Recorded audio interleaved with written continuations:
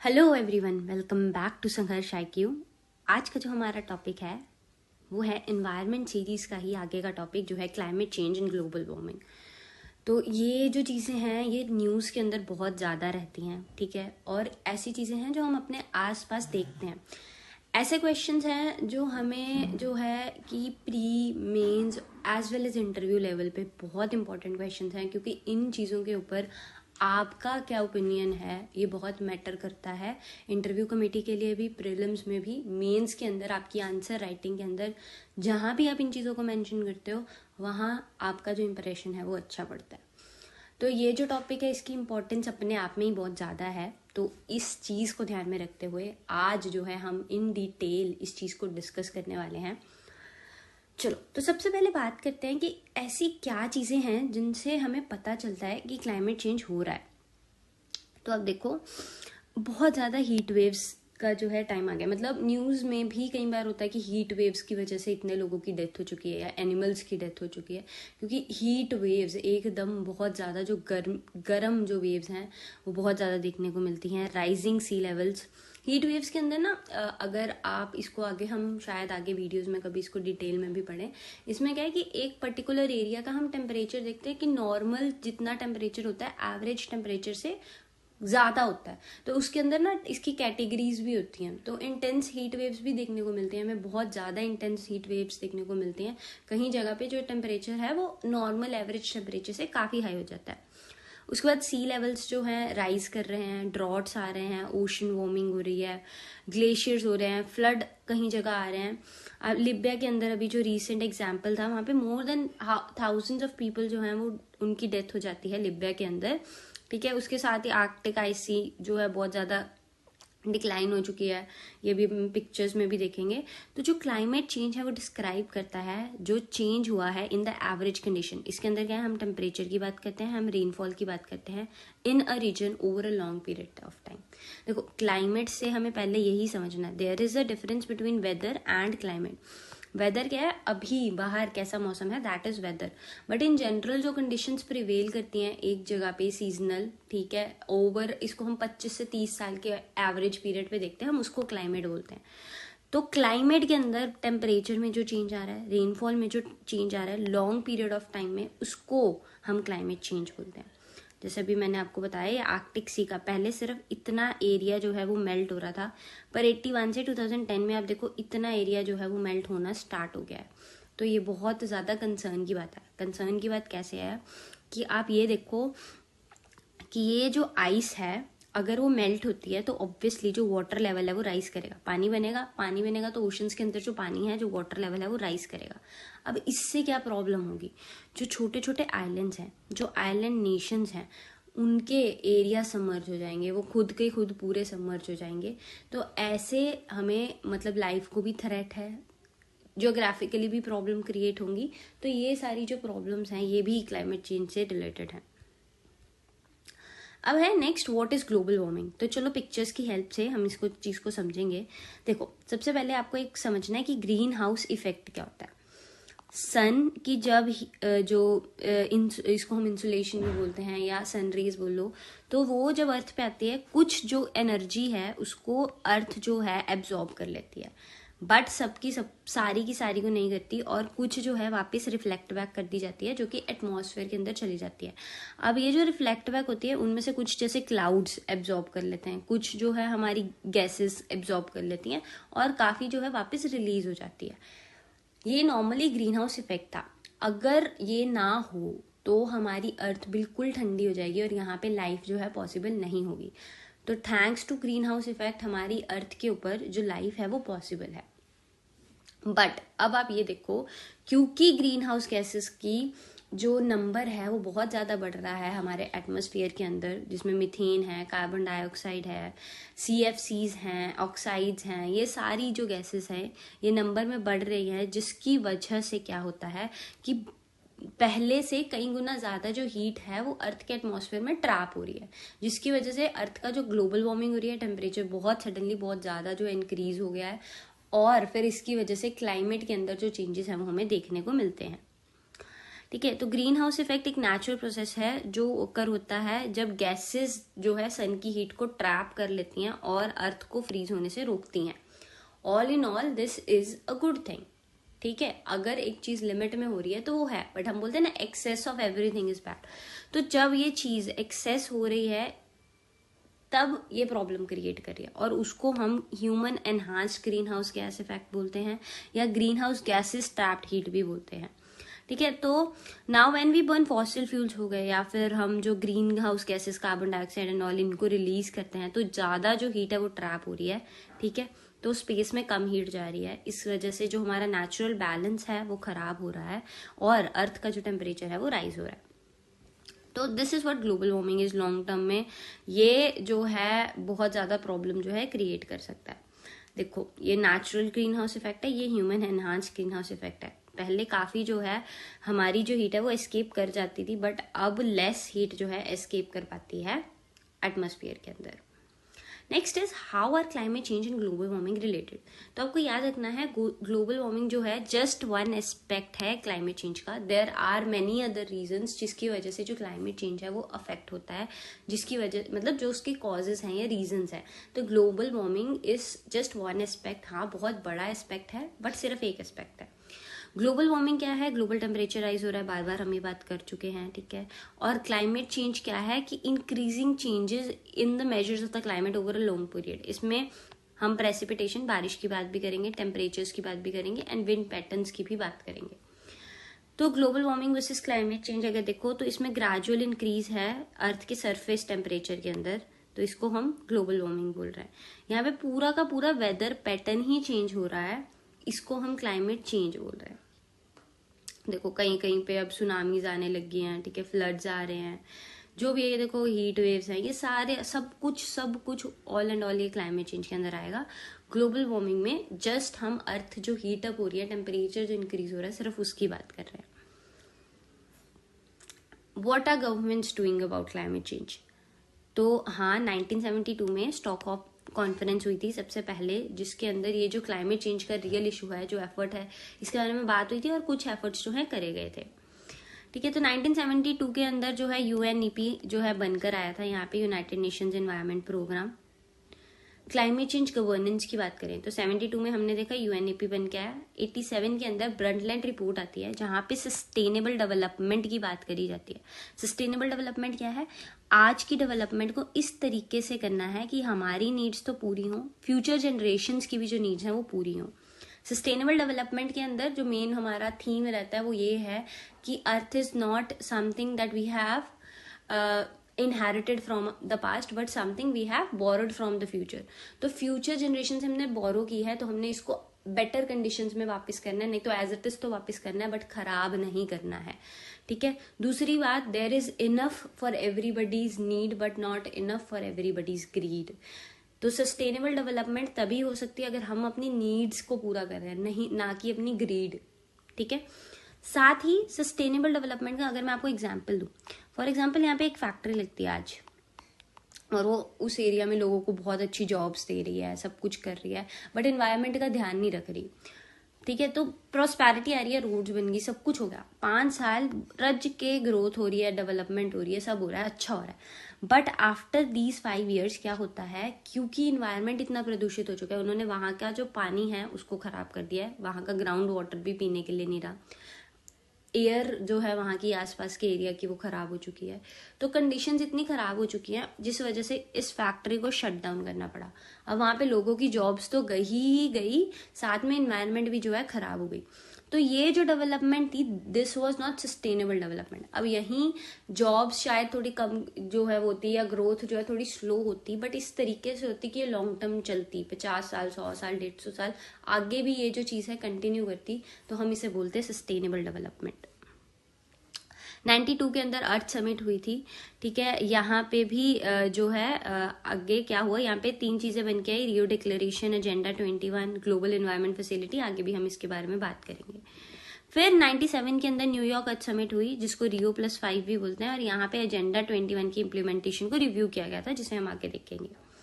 2002 के अंदर world summit हुई थी सस्टेनेबल डेवलपमेंट पे जोहान्सबर्ग के अंदर, इसको Rio+10 भी बोलते हैं। और यहाँ पे 8 मिलेनियल डेवलपमेंट गोल्स जो है बात करी गई थी कि इनको अचीव करना है।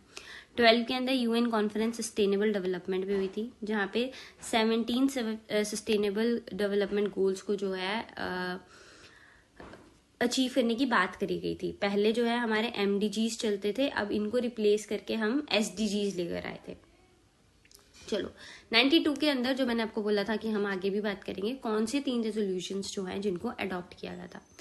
सबसे पहले रियो डिक्लेरेशन के अंदर 3 जो हमारे पास बॉडीज जो है, ऑर्गेनाइजेशन चला लो, इंस्टीट्यूशंस, एसोसिएशंस जो हैं बन के आए, जिसमें एक था UNFCCC, जिसमें United Nations framework convention on climate change, जो स्पेसिफिकली क्लाइमेट चेंज से बात कर रहा है। नेक्स्ट इज UNCBD, जो कि बात कर रहा है बायोलॉजिकल डाइवर्सिटी से रिलेटेड, जो कि हमारी डाइवर्सिटी के ऊपर ध्यान रखेगा।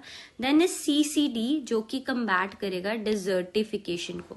डेजर्टिफिकेशन क्या है कि मोर एंड मोर एरियाज जो हैं वो डेजर्ट के अंदर चेंज हो रहे हैं। तो डेजर्ट कैसे होता है, सूखे होते हैं, जहाँ बारिश कम होती है, गर्मी ज्यादा होती है।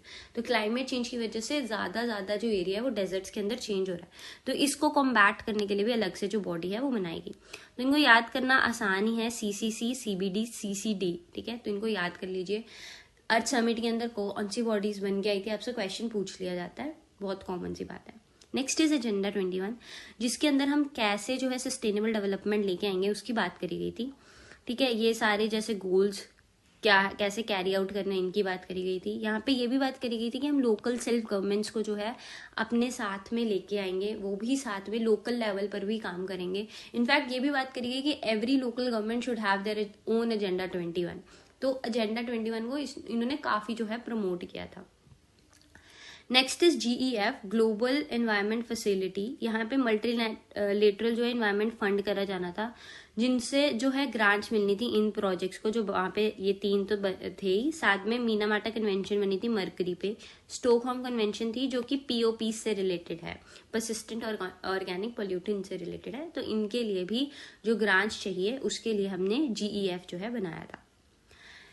Next is UNCBD। अब है क्या UNCBD, अगर हम देखें, इंटरनेशनल लीगली बाइंडिंग कन्वेंशन है, जिसके 3 मेन गोल्स है। अब आपको लीगली बाइंडिंग वर्ड याद रखना है। लीगली बाइंडिंग का मतलब क्या है कि अगर आप इस चीज को फॉलो नहीं कर रहे तो आपके अगेंस्ट जो एक्शंस हैं वो लिए जा सकते हैं। अब क्या है कि हमने बायोलॉजिकल डाइवर्सिटी को कंजर्व करना है, सस्टेनेबल यूज करना है कंपोनेंट का, fair and equitable sharing of the benefits arising out of utilization of genetic resources. तो ये जो चीजें आपसे एक फॉर एग्जाम्पल ये लाइन लिख के आपसे पूछ लेंगे कि ये कौन सी कन्वेंशन का जो है एम है, तो आपको याद रहना चाहिए, ऐसे क्वेश्चन आते हैं। इसकी जो है 3 सप्लीमेंट्री अग्रीमेंट्स है। एक तो कार्टाजीना प्रोटोकॉल बायोसेफ्टी के ऊपर, next is Nagoya protocol access and benefit sharing के ऊपर, और next is 5 HE biodiversity targets. ये सारी जो है इसका पार्ट है। 2022 के अंदर UN बायोडिवर्सिटी कॉन्फ्रेंस हुई थी, ठीक है। इसके अंदर ये जो है इंपॉर्टेंट है, आपको याद रखना है, ठीक है। तो COP11 जो है हैदराबाद में हुई थी, इंडिया के अंदर जो हुई थी 2012 के अंदर। COP15 मॉन्ट्रियल में हुई थी 22 के अंदर, जो मैं अभी आपको बात बता रही थी। यहाँ पे कन्मिंग मॉन्ट्रियल ग्लोबल डाइवर्सिटी फ्रेमवर्क किया गया था 30/30 की, प्रोटेक्ट करना है 30% लैंड को हमने एंड ओशंस को 2030 तक। COP16 कहाँ पे होगी, टर्की के अंदर होगी 24 के अंदर। नेक्स्ट है CCD। यहाँ पे जो है ये भी लीगली बाइंडिंग है, डिजर्टिफिकेशन को कॉम्बैट करने के लिए, उसके इफेक्ट्स को मिटिगेट करने के लिए कि सूखा ना आए, ठीक है। तो नेशनल एक्शन प्रोग्राम्स बनाने हैं, लॉन्ग टर्म स्ट्रैटेजीज बनानी है आपको। ये बॉटम अप अप्रोच है कि हम नीचे ग्रास रूट लेवल से काम करके ऊपर तक जाएंगे। लैंड डिग्रेडेशन न्यूट्रलिटी में क्या है कि enough healthy and productive natural resources होने चाहिए, ठीक है। और डिग्रेडेशन को अवॉइड करना है, जहां भी पॉसिबल है लैंड को रिस्टोर करना है जो कि ऑलरेडी डिग्रेड हो चुका है, ठीक है। तो COP जो 14 है 2019 में, वो न्यू दिल्ली के अंदर हुई थी। यहाँ पे इंडिया ने बोला था कि हम जो 26 million hectares of degraded land है उसको लैंड डिग्रेडेशन न्यूट्रलिटी में लेंगे 2030 तक। COP15 जो है अबिजान में हुई थी, ठीक है। और इसकी जो थीम थी वो थी land life legacy from scarcity to prosperity. 16 कहाँ होगी, सऊदी अरेबिया में होगी, 24 के अंदर होगी। ये हर 2 साल बाद जो मीटिंग्स हैं ये कंडक्ट करी जाती है। नेक्स्ट इज UNFCCC, ये इंटरनेशनल एनवायरनमेंट ट्रीटी है, ये कॉम्बैट करती है dangerous human interference climate system के साथ। इसमें हम ग्रीन हाउस गैस को स्टेबलाइज करने की भी बात करते हैं। 94 में ये बॉर्न कन्वेंशन के अंदर जो है फोर्स में आई थी, and COPs are held annually, इसकी जो मीटिंग्स हैं वो एनुअली होती हैं। 95 के अंदर बर्लिन मैंडेट था, 3 के अंदर क्योटो प्रोटोकॉल इंपॉर्टेंट। फिर 2001 के अंदर जो है माराकेच एकॉर्ड हुआ था, यहाँ पे अडेप्टेशन फंड बनाया गया था। 8 जो दिल्ली के अंदर हुआ था 2002 में। 16 मैक्सिको ग्रीन क्लाइमेट फंड यहाँ पे बना। 15 पेरिस अग्रीमेंट, ये आपको इम्पोर्टेंट है क्योंकि ये लीगली बाइंडिंग बन गया, और ये बार बार क्वेश्चंस आते हैं पेरिस अग्रीमेंट के ऊपर, बहुत इंपॉर्टेंट है। इन्वायरमेंट जब भी आप पढ़ना शुरू करोगे तो उसके अंदर आपको ये पढ़ना ही पड़ेंगे कुछ कॉन्फ्रेंसेस, स्टॉकहोम हो गया, Paris agreement is one of those, तो वेरी इंपॉर्टेंट। ठीक है, यहाँ पे जो गोल है वो था कि increase of global average temperature को हमने बिलो 2 डिग्री रखना है प्री इंडस्ट्रियल लेवल से। मतलब ये अचीव तो नहीं हो पाएगा, वैसे शुरू में था कि 1.5 डिग्री से ज्यादा इंक्रीज ना हो, फिर 2 डिग्री तक आ गया, बट इसको अचीव, मतलब जो रिपोर्ट्स हैं वो ये कहती हैं कि इसको अचीव नहीं कर पाएंगे।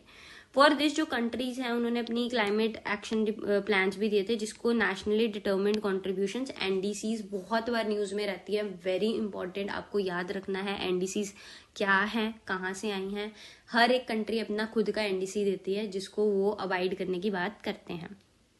नेक्स्ट इज 26 जो 21 में हुई थी, जो India as part of its NDC उन्होंने प्लेज किया था कि हम जो है नेट जीरो कार्बन एमिशंस लाएंगे 2070 तक।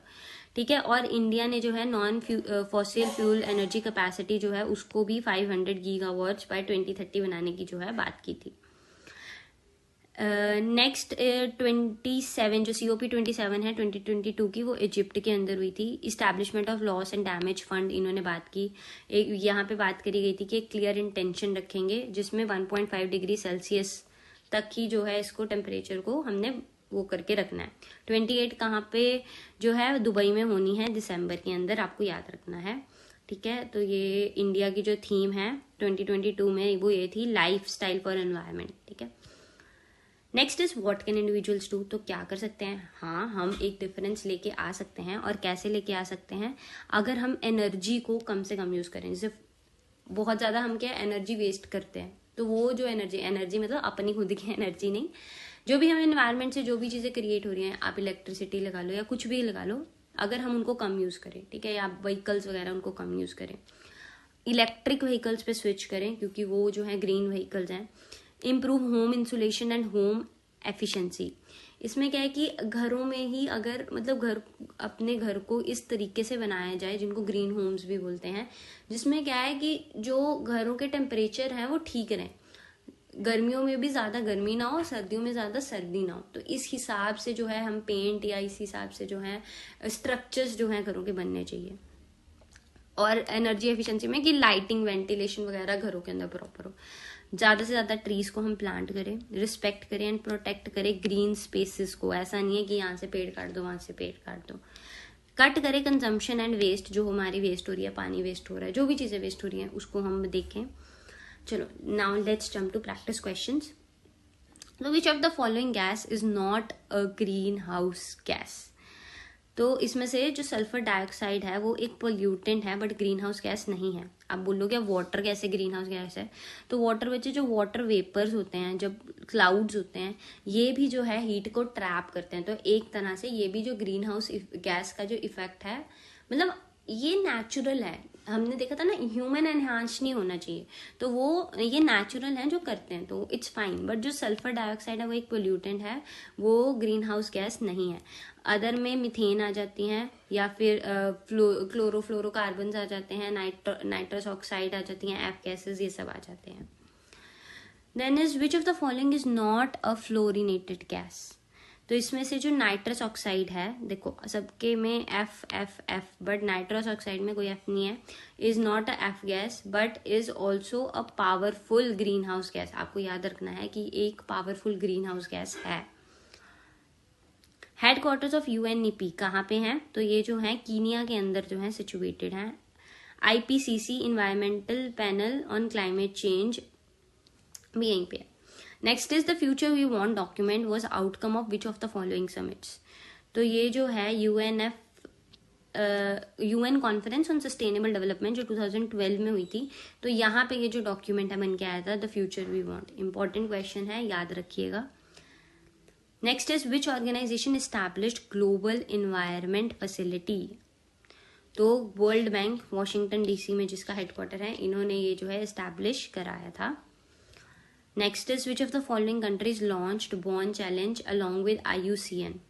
तो जर्मनी ने जो है 2011 के अंदर ग्लोबल एफर्ट यहाँ पे किया गया था कि 150 मिलियन हेक्टेयर्स का जो वर्ल्ड का डिग्रेडेड लैंड है या डिफॉरेस्टेटेड लैंड है, इनको जो है हमने रिस्टोर करना है 2020 तक, 350 को रिस्टोर करना है 2030 तक।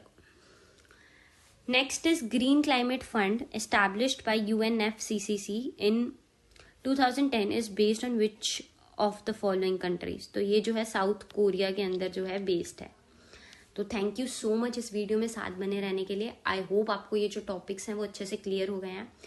बहुत इंपॉर्टेंट टॉपिक्स है, इसको अच्छे से रिवाइज कीजिए, इसको अच्छे से पढ़िए, और फिर भी अगर आपको कोई प्रॉब्लम है तो कमेंट्स में ज़रूर करके बताइए ताकि आगे की वीडियोज़ में हम उसको कवर करें।